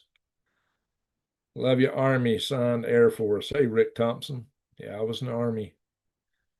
Caledonian Sun. Japan has been occupied country since 1945. By and large, they do what the empire says.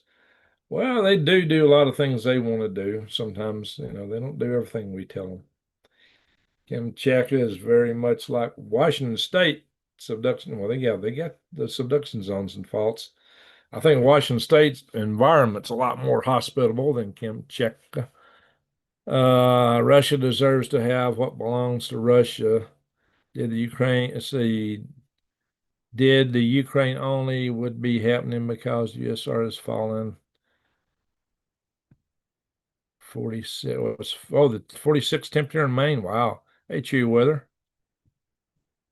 Jason says if Russia puts significant troops in Transnistria and then invades from Belarus, and Transnistria can meet and live. Oh yeah, they have some possibilities. Sergi Brand. Hey, Pepper Tuck. Pepper Tuck. Sounds kind of like Friar Tuck. Cultured Prepper. Tisha Holmes. Vape King. Meeting in Alaska seems odd. Well, it's kind of, it's in between. Alaska don't have a lot of resources, and that's probably why they wound up meeting at the Joint Base in Elmendorf. I'm surprised they didn't meet at Fort Allison Air Force Base or Fort Wainwright, which is more remote, but still had resources. Now, there's another YouTube channel we all know and love. I'm not going to call him out directly.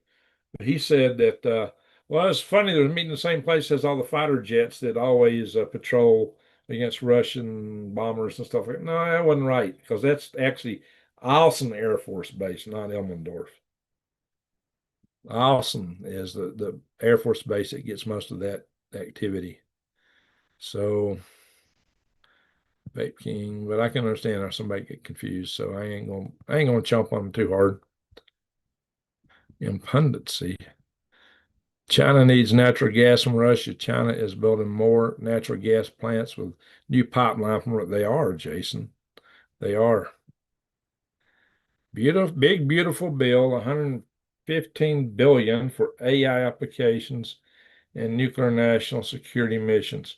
Skynet. Well, then we need to build the small modular nuclear reactors, but AI is not going where they think it is. I'll tell you that. I'm thinking about doing an article calling it Peak AI. Yeah, this Chat GPT 5 was a dud, guys. They've see what's happened is, Elon told us, he says, look, we've already trained all this AI on all the internet there is to train it on. The only thing left to do is to have AI train AI. And when you got hallucinating AI training AI, then you got problems. You got some problems. So we may already be there at peak AI, at least with these large language models. AI may advance in other means outside of the large language model paradigm, but that's going to take a little bit to catch up and do that. It's not there right now. So I just skipped a bunch of chats. What happened? So just got to bear that in mind. Vape King, the dollar losing value upsets many. Yeah. And that's why I've been, look, you see how much gold's went up since I started promoting the Defy the Grid. Go to defythegrid.com and use code GreenGrades, you get 1% off. Gold has held value. Actually, it's went up. Gold's been a store of value that's always had the same value historically as the dollar does this stuff. But gold's actually went up above the relative value it's held in the past because there's been such a demand for it. And one can understand why, especially with the dollar being charged. Powell was in business with old man Bush and bin Laden's father and Carlyle Group. I don't doubt that, Jason Smith. I don't doubt that at all. Not for a minute. And I'm no fan of the Bush family. Preston says he's a perv. Get over it. Who are you talking about? Talking about Trump. So I'm not happy with this Epstein business. China needs natural gas from Russia. That's so true. The worst thing is the perfect timing for how they fight with their long march. And the worst thing, it's the perfect timing. Oh, yeah. Oh, you know what? I just skipped back up. All this while the big, beautiful swamp continues to grow. That's a problem. Now, there were some measures in the big, beautiful bill that gave them more resources to take out the immigration, and that's a big drain on our economy. And the economists did not factor in not paying out all the money that are paying out to all the immigrants who he's trying to get off the rolls. And there's some other things they're doing. It may change, how the Congressional Budget Office assessed that bill, but still. And then they passed it because of the nature of what it took to get that bill through. They needed 60% approval in Congress. They couldn't pass the Doge cuts that way, but they did come back later with a bill to try to get closer to that. Hopefully, they will do that. We do need more cuts. We need a lot more cuts in the budget. That's the whole reason we went after Appalachia. Oh, what deep function? I can go back up and see what you said before that. You had a question mark.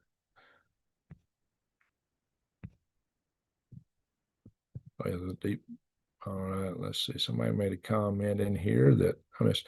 Thank you, Jason, for calling people to hit the like button. So, yeah, I want to ask y'all some questions about the channel here in a minute. Impossible, doing really well. Everything is going well for you.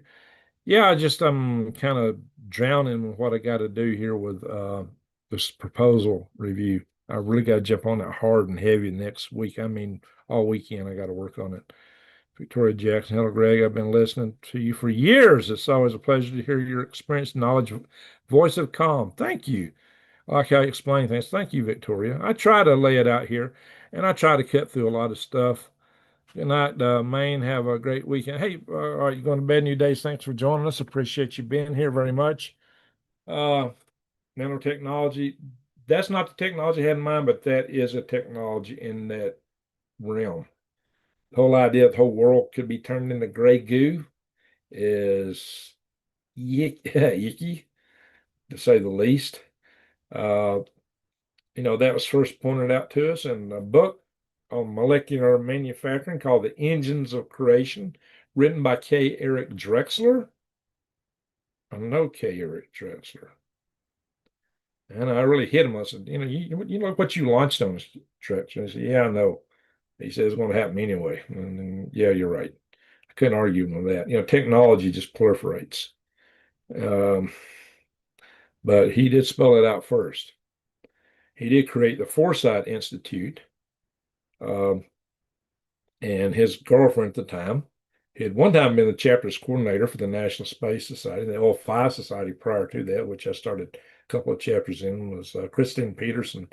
And you might occasionally see me forward, those of you who are also Facebook friends of mine might notice, occasionally I forward an article or something that Christine Peterson posts. So I still know her, encounter as a friend. But she was actually his right-hand person in setting up that Foresight Institute. But she's got very traditional values, believe it or not. She's pretty conservative. So even though, they started out that Foresight Institute, when you understand these technologies, you understand what they can and can't do. This course I did on the side for the past 2.5 weeks was an AI technology course. So I've learned a lot about AI, but it was nothing that changed my opinion about it. Not at all. So that's the bottom line on that stuff. So I posted a couple of videos that didn't get a lot of views. I thought they were riveting topics. One of them dealt with pollution from tires, microplastics, and forever chemicals.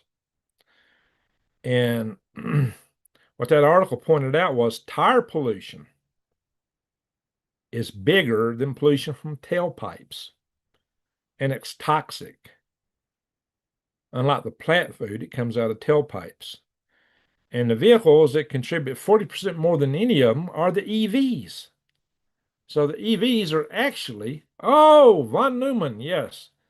He came up with the idea of the self-replicating machine initially, called it the von Neumann machine. And that was the basis for that was the basis for the book 2010. The follow-on to 2001: A Space Odyssey that was written by Arthur C. Clarke was 2010. And in 2010, he had the model of self-replicating on the moon. What did he say? I think Io on Jupiter. The book, they went to the moon Iapetus and Saturn, but that was, Stanley Kubrick couldn't replicate Saturn in his simulations back in the day. So they went to Jupiter instead in the movie. And I think it wasn't it Io they went to. No, which moon was it they went to? I forget now. But the book it was it was a Saturnian moon Iapetus. And so I don't remember that. I remember the book. The book was better than the movie as usual, but I love the movie. The science director for the movie was oh shoot, a buddy of mine. I'm getting brain lock. I see his face. Frederick Ordway III. Frederick Ordway III was the science director for 2001: A Space Odyssey. I knew Frederick Ordway III. Now, in fact, you can go back and find videos of him and I on stage at National Space Society conferences on the same stage. He did live in Huntsville, but he left and came back. Um, I think I had a beer with him like a week before he died. And boy, I wish I knew he was going to not be around much longer then. Um, so I knew Frederick Ordway the third. But George von Tiesenhausen was handed the assignment by von Braun to figure out how you could do self-replicating machines on the moon using the von Neumann concept with the throw weight that a Saturn V could put on the moon, which is 20 tons. He says, if I give you 20 metric tons on the moon, figure out how to make a self-replicating machine based on what's on the moon. Von Tiesenhausen did it. But his problem was that the moon, let's see, excuse me, von Neumann's concept was very theoretical. There was no engineering in it. Von Tiesenhausen did the actual engineering to figure out how to do it. And he did it. He figured out how to make a self-replicating machine with a payload that could be launched by Saturn V to the moon surface, 20 metric tons. I knew von Tiesenhausen. I had to speak several times to the Huntsville, Alabama L5 Society, the organization I started. And that's a plaque I got for founding HAL 5 back in 1983 when I got out of the Army. Europa. That's it. Thank you, Jason. Went to Europa in the movie.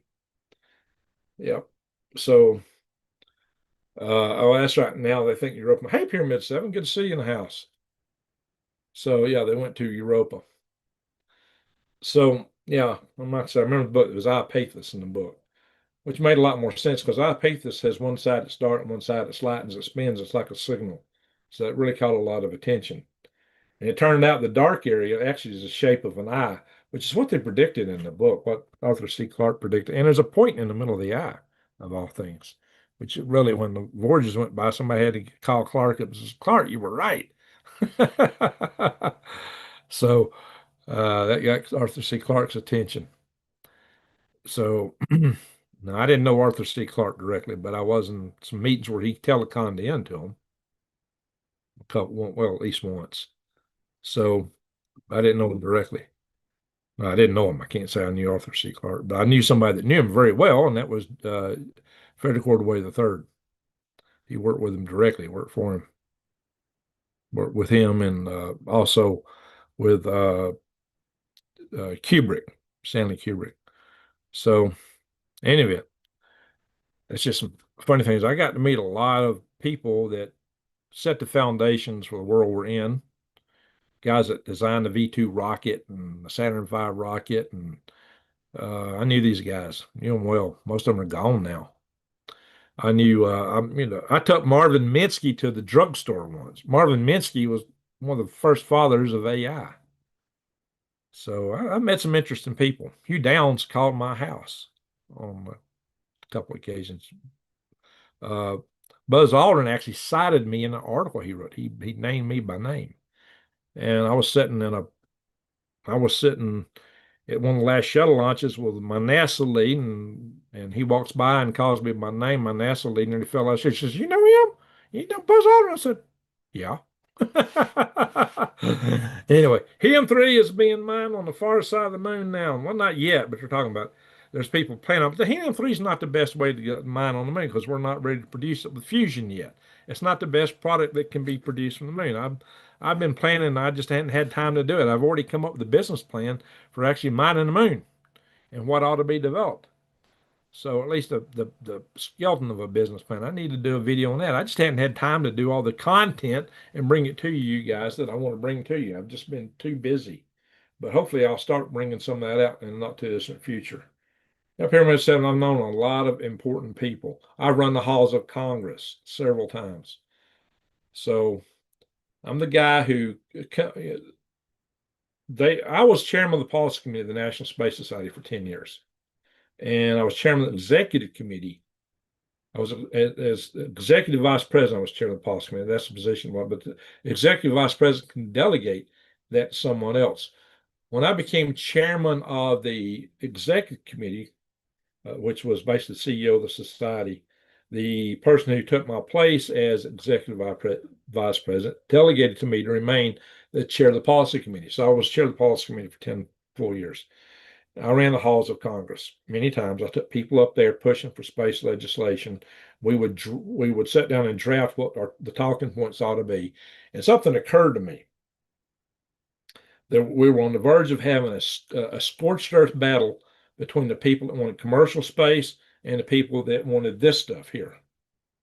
And Lori Garver was the leading the pack for the commercial space, commercial only. They only commercial. They wanted to kill all the NASA stuff. And the NASA guys, like Senator Shelby, wanted to kill all the commercial stuff. I mean, they just wanted to go scorched earth in both directions. And Shelby basically vowed that the commercial guys won. He would get NASA. So, it was looking pretty bleak from my knothole, like we weren't going to have either one. And it really occurred to me, it says, wait a minute, it don't have to be that way. The commercial stuff is, far cheaper than this stuff. The commercial guys could get in there for just a fraction, just a little bit of the budget, and these guys could continue with what they're doing. And there was a potential compromise. So I worked up the points for compromise. Now, Senator Nelson, who was congressman flew on the space shuttle, and then became a senator. Later, he became the head of NASA under Biden. But Senator Nelson was the senator from Florida. He was really chewing on it because he didn't want to disappoint Obama. The president wanted to go pure commercially. They wanted to get this stuff. But he had a lot of constituents. More of his people were working on this kind of stuff than not. So he was torn. He was in a quandary. He didn't know what to do. The chief of staff for space under him, which was huge in his district, was Colonel Paul Damphus, a Marine Corps colonel, who was very pro-space and pro-commercial space, but also just pro-space.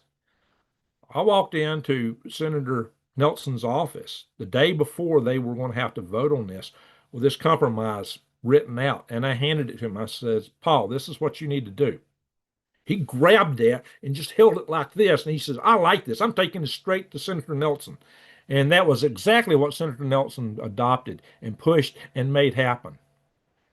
So I feel like I have a big responsibility and played a big role in I was the guy who proposed the compromise, and I think I'm the reason that we had this and SpaceX both. And if you don't believe me, find Colonel Paul Damphus. He's available on LinkedIn and other places, and ask him. I did that. What I get out of that? A job. Not a big job. A job where they didn't even understand or appreciate what I did. Actually, I was already working for him, so I didn't really get a job. Maybe as a continuation of the job, but not much other than the satisfaction of knowing that I made something happen. I made a change. I made a difference. So we were really hoping that Starship would come along, something like that, and save the day, but they're having a lot of trouble with it. They're having a lot of trouble with Starship. And the main problem seems to be that they can't make it strong enough to deal with the 33 engines, those 33 Raptor engines, because they need to add more beef to it. But they add more beef, it can't handle the weight. You see, they got a problem hitting them from both sides. They need more weight, but they can't live with it. It's not stiff enough. It's not strong enough. Yet, if you add more weight, it don't work. So maybe Elon's a brilliant guy. They got a lot of good guys at SpaceX. I hope they figure out a way through this. But right now, they're in a major impasse. They got to find a way around it. Also, they're taking a lot of risk launching that thing out of Boca Chica, Texas.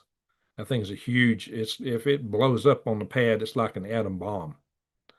And what's that town, that port just above there? Yeah, they're at risk.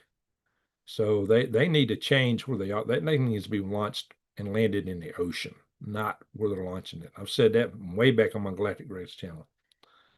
So, Mr. Mission Control, how you doing? Yeah, we're talking mission control stuff here, aren't we? So, yeah, their launch pad is pretty darn interesting. That launcher, the if they redesign it as an ELV, it would be an incredible launch vehicle in and of itself, just the super heavy booster. But they'd have to redesign it and beef it up. But as a expendable vehicle, it's got a lot of throw weight. It's got a lot of possibilities. Uh, but they're going to have to make some big changes, and I don't know what they are. Right now, it's really looking like that Blue Origin or the New Glenn may come ahead. So we'll see how that goes.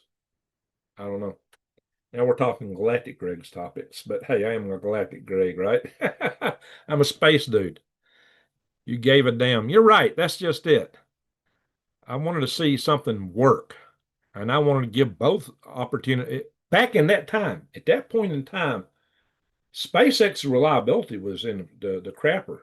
They'd had a lot of rockets fail. It was early in their launch days. They hadn't established the track record established with the Falcon program yet.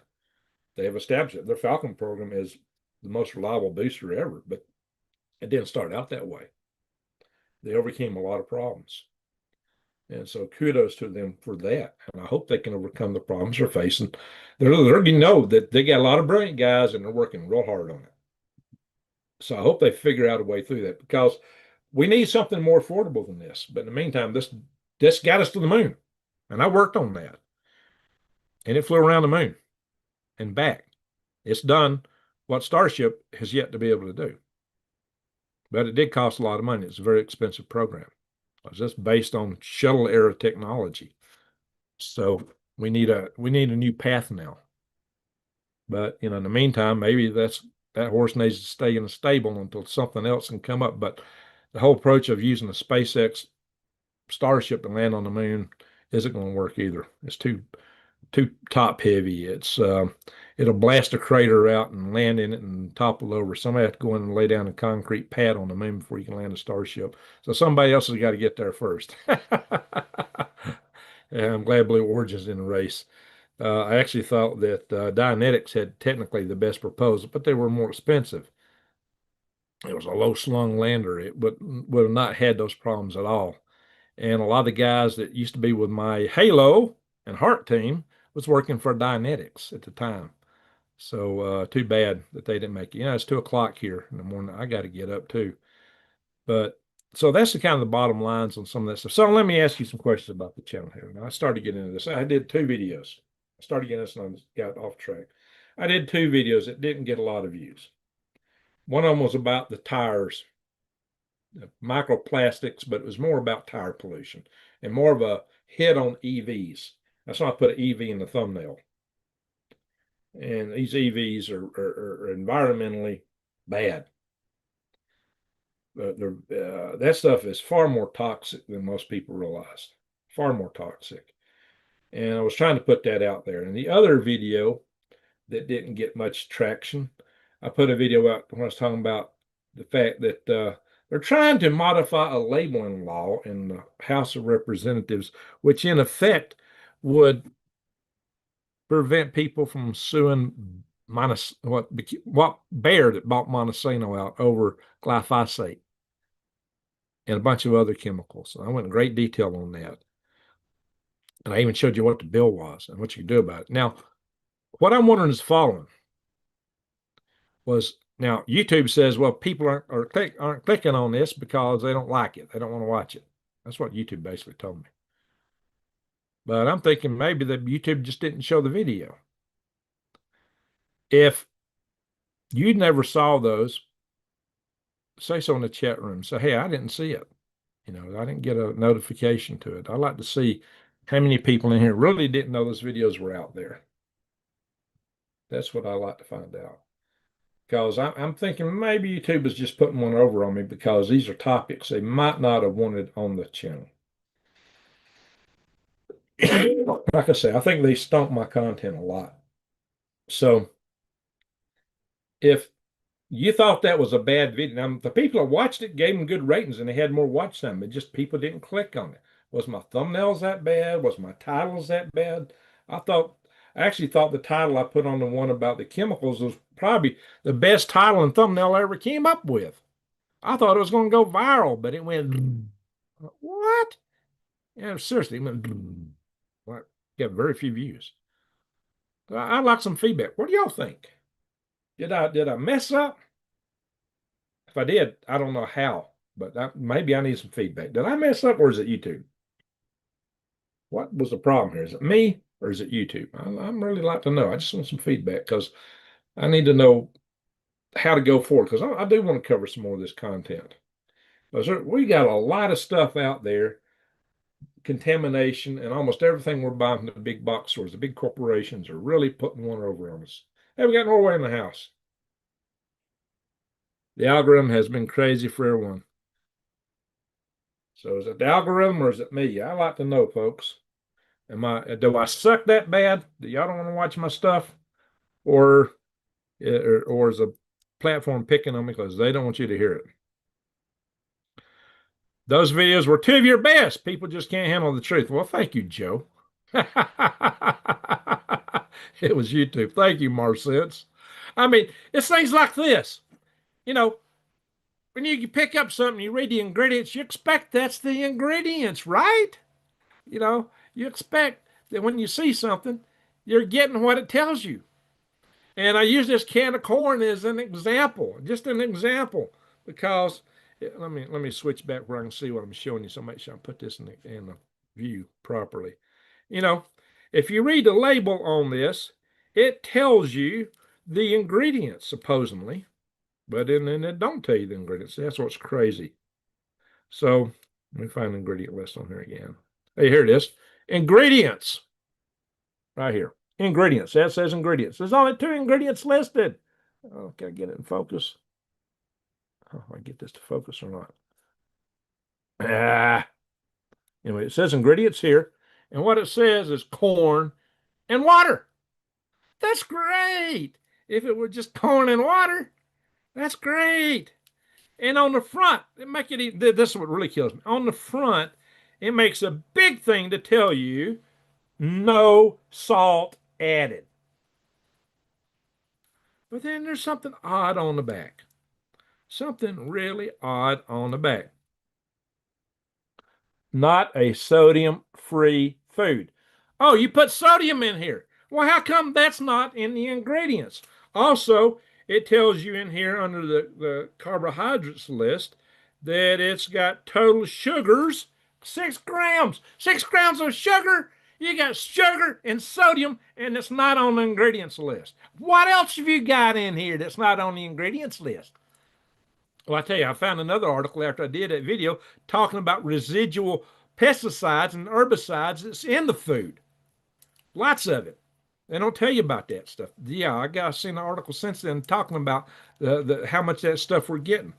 And yeah, we got crazy chemicals and all this stuff we're getting out of the big box stores and the big corporations. But see, that sucks. Be honest. That really sucks. Lakeside Foods promise high quality, delicious food. So that's the name of the company that put this out. Lakeside Foods. Well, Lakeside Foods, your ingredient list sucks. That's all I got to say. Just to be blunt. Wow. Ingredients, corn and water. Well, if that's all it was, great. I mean, quite frankly, when you can something, it's under pressure, it's heated.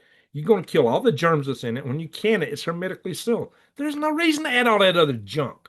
And then on top of that, the liners on these cans are loaded with plastic, usually a little plastic liner that's loaded with all those hormone bending chemicals. They don't tell you that, do they? Do they tell you that? All right, let's go back to the chat, see what people are thinking. Labyrinth of maze. All right, thank you, Jason, for calling the thumbs up. Yum. Yeah, if it was just corn and water, that would be fantastic. That would be perfect. Succotash. Well, yeah. Well, I got the hominy here too, guys. Remember remember what's the mullah runs everybody's pronouncing Homani, Colmani. Actually, his name is Hominy, is the correct way to pronounce it. I got him right here, guys. And he's been out of shape because I got him. I got Hominy, Al Hominy captive right here, guys. So what's the ingredients on this thing say? Golden hominy, water, salt. Now this one tells you it's got sodium, metabosulfite for color retention. No, we don't need that. And God knows what else it's not telling you. Yeah, but down here they'll also talk sugars. So yeah, they don't tell them what all else is in there. What in the world? I need to look that up. I'm gonna do more of that in the future. Sodium metabisulfite. Ah, some weird. What is that? Guys, if you can't pronounce it, you shouldn't be eating it or drinking it. My humble opinion. Anyway, funny stuff, guys. Funny stuff. Now, succotash is a different dish altogether.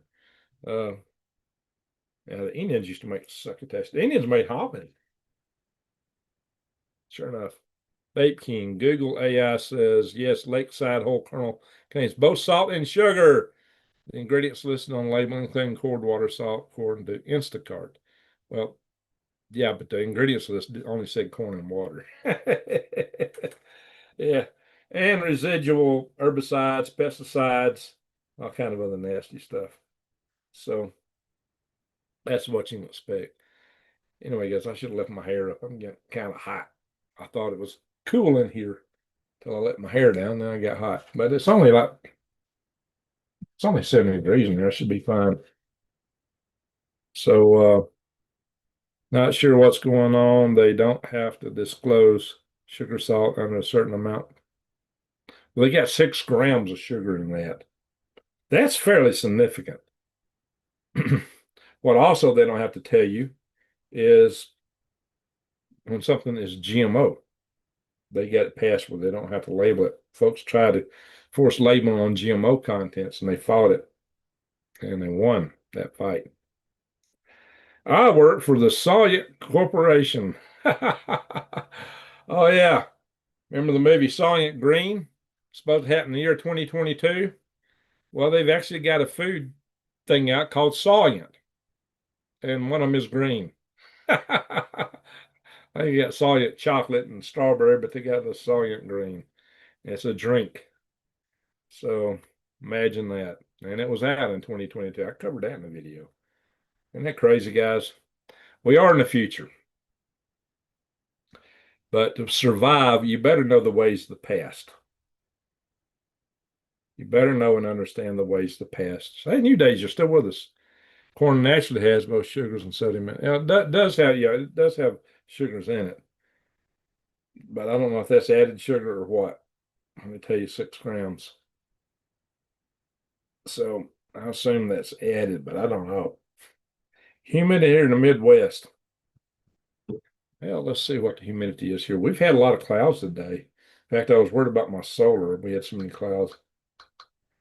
You know, it really governs what I can do when we got a cloudy day here. So let me look real quick and see what my humidity is here. Feels like it's up from what it normally is. It does feel up than normal. Oh, wow, it's way up. 67%. I've never seen humidity that high here. Dew point says the air is dry. It's normally it's high if it's like 18%. Oh, I hope I get some rain tomorrow. I'm really dying for rain here. Oh, I saw a snake. I saw a rattlesnake about 3 or 4 days ago, just a baby one. And today I saw a black-necked garter snake. I'll show you a picture I took of it. I didn't get a picture of the rattlesnake because it got away from me too fast. This snake, I don't know if you can see it. It's kind of hard to see on this photograph. I'm going to have to change my other screen so I can see if it shows up here. If I can see that. There it is. Yeah, I think y'all can see that. There he is. He's a long snake, long and skinny. I'll let him go. But here's the funny thing. I'm supposed to be an aquatic snake. I'm supposed to eat tadpoles and frogs. I ain't got none of that kind of stuff around here. Nor I get water from the being. So yeah, they claim he's a semi-aquatic snake. So maybe that's just a sign, that's a hopeful omen for me to get some rain. I'm really dying for rain. And no zombie rabbits. No, I hadn't seen any zombie rabbits around here, but I got one less rabbit than I did One made the mistake of eating my corn. Didn't go too well for her. She was eating my corn. So, shoot, the corn itself is GMO. That corn probably is. Not mine, though.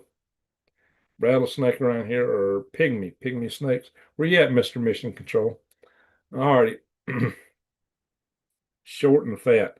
Well, I saw a little bitty baby one, it was only about yay long, and it was real skinny. It was tiny. So I'm gonna have some more. But I've been out here off and on this property for probably about 14 months total. I've been there continuously. I spent in 2023 from August to December the whole time I was out here. And I was off and on since then, in and out. And then I've been here continuously since November. And I never saw a single snake until this week. I've seen two in 1 week. In Alabama, I would have seen 20 to 30 snakes in that time frame. Everybody worries about snakes, and I saw lots more snakes in Alabama. So, do you know why the U.S. doesn't take care of our veterans? Because they know how to fight. Yeah, that could be it, Kathy. That could be it. Yeah, we've taken a lot more care of people that illegally crossed the border, didn't we? So, you days could tell us some stories about that. Maybe I need to see if she's interested in doing a video. A video. Maybe I should interview her. She's got some stories. I don't know if she's going to talk about them or not, but she's definitely got some stories. And she's got a lot of content. She'd make a good interviewee. She does amazing things with her garden up there in Maine. So, James Talley, you want to talk about humid North Carolina? Yeah. Hey, look, I lived in Alabama for a long time. Only one state in the United States gets more rain than Alabama, Louisiana. Alabama gets second most rain. Those rabbits have the papilloma warts. Yeah, they look awful. I saw that article. And I thought, well, that's interesting. And then several YouTubers did videos on that. I thought, wow, I could have done a video on that topic. Yeah, I guess so. Some things I don't even think about as being worthy of a video. And I see a bunch of guys do videos on it and get a ton of views. And I'm like, wow. Yeah. Jackalopes. Jackalope rabbits. Yeah, Rambo, hence the homeless veterans have nowhere to live. That's what Rambo, yeah. How about that? So-called vagrant order. Remember what set the whole story. I hate those invaders and the people let them, yeah, collapse our country. That's what's happening. They come in here and give them their so-called right to vote. They count them in their census, so they get more Congress critters from certain states. Trump is trying to get a recount on the census. I think that's in order because you shouldn't be counting people like that. That'll change a lot of that.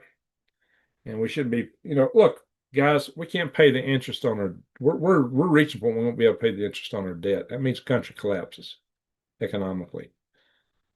That's why the interest rates really need to come down. So that would help a lot. But Trump's also bringing more money through those tariffs. So anyway, all righty, guys, we're about to go. I got to hit the hay, but let's do this real quick. Everybody tell us where you're from. Haven't done that in a long time. Broke. You're from broke. Yeah, a lot of us are feeling that. The country's broke. And yet we're spending tons of money in Europe and places we ought not, in my humble opinion, be spending money. Let the Europeans take care of Europe. They got more money, more people, but they've been leaning on us. And when we cut back, they all cry, including certain people here in the States. Forget it, man. Anyway, James Talley's in North Carolina. John is in Tennessee. Newfoundland, Canada. Hey, we got a Newfie in the house, more sense. Yeah, I know in Canada they call people Newfoundland Newfies. I don't know, is that a bad thing, Mara? Maybe I shouldn't say that. How do people from Newfoundland feel about that? Daytona Beach. That's nice. North Carolina. We got two from North Carolina. Charles White. I lived in North Carolina for about a year. I was at Fort Bragg. in the Army. Maybe it's more. Yeah, it was more than a year from Halloween Day, 1979 to right at the end of March of 81. Yeah, 1981. So almost a year and a half at Fort Bragg. I lived in Spring Lake area. Rainy Carolina. Marston's proud Newfie here. Okay, so that's okay to say Newfie. Just want to make sure. I used to travel to Canada a lot. I went to visit what was originally the company Spar. It's MD Robotics now. I spent weeks of the time in Toronto and later Brampton. They had their plant originally. They did the shuttle arm in Brampton, in Toronto, and they moved it out to Brampton, which is real close by. So I spent a lot of time in that area back in the day. I pulled the telemetry on 3i Atlas and it's heading to Proxima Centauri. Hey, we should hitch a ride on it. Northwest Arkansas. Okay, Mr. Mission Control. Yeah, Michelle's not in the house, but she's from that area. Also, we've got Wise Owl, and she comes in and she's got a big prepper organization up there. Uh, West Texas, okay. Drove back and forth through Texas quite a bit. Newfies in Brampton, yeah, I don't doubt that, Marcence. Yeah, I met a few there. Well, my Geo Sentinel co-pilot did. Oh, all righty, guys. Well, we got 106 in the chat room. Some of you guys must be asleep. I'm not getting a lot of response in the chat room. We got 106 on watching, let's put it that way, but not chatting. So, alrighty, guys.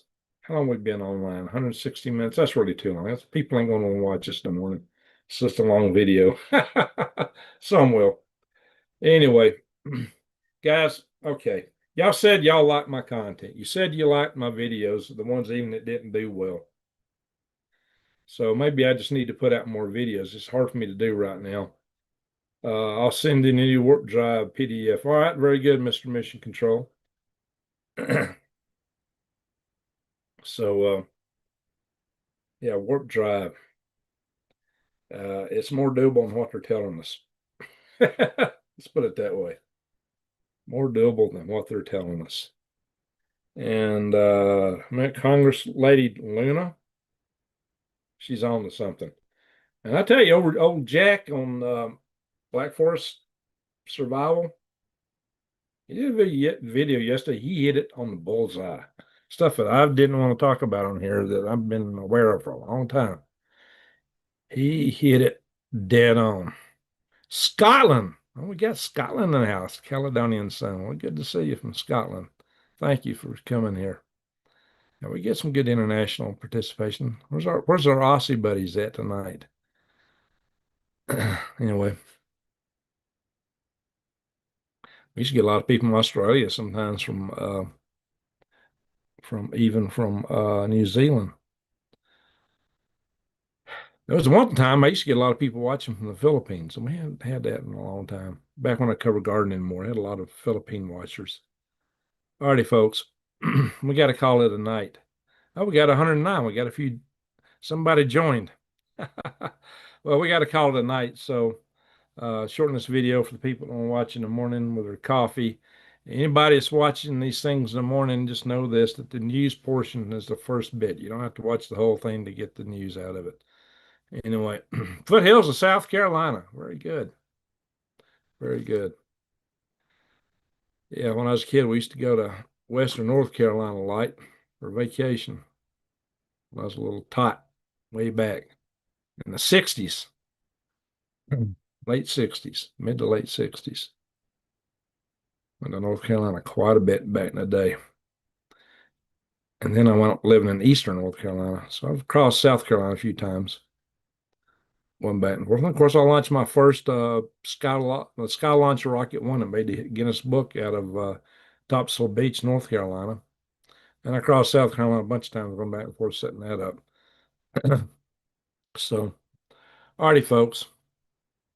So what else do I want to say? I want to say thank you to Super Chatters because we had Kim Possible. Thank you, Kim Possible, for giving me the Super Chat through the donate button on my Green Greg's website. Appreciate that. And I want to thank Colorado Jen. She's not on tonight, but I'll have to bring it up when she's on in the house. She sent me a check. I got to thank her for that.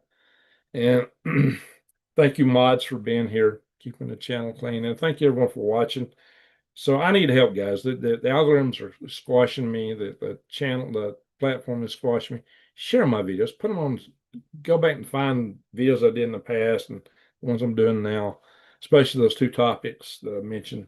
See the two latest ones that I posted. They won't be listed under live. They'll just be listed under videos if you go to my channel.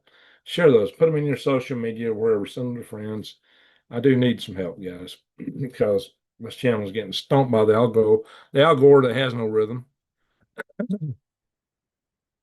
And as New Day says, yes, everybody have a great weekend. So again, thank you, Super Chatters. Thank you, mods. Thank you, everyone, for watching. And I hope everyone has a good night, good day, wherever you are. And with that, I am going to say, ho, ho, ho.